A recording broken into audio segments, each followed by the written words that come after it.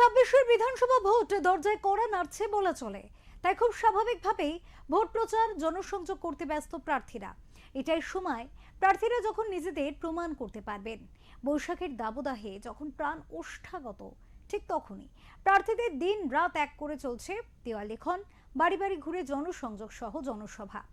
এমন পরিস্থিতিতে দলীয় কর্মীর বাড়িতে কি খাচ্ছেন নোয়াপাড়া বিধানসভার বিজেপির প্রার্থী অর্জুন সিং, তারই খুঁটিনাটি বিষয় তুলে ধরেছেন আমাদের প্রতিনিধি বিশ্বজিৎ হালদার।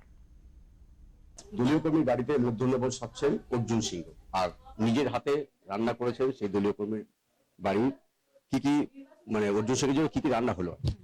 আচ্ছা, দাদার জন্য ছিল ভাত, সাদা ভাত, রুটি, বেগুন ভাজা, আলু ভাজা, কাতলা মাছ ভাজা, পাবদা মাছের ঝাল সর্ষে দিয়ে, পার্শে মাছের সর্ষে দিয়ে ঝাল, চিংড়ি মাছের মালাইকারি আছে, স্যালাড এবং চাটনি।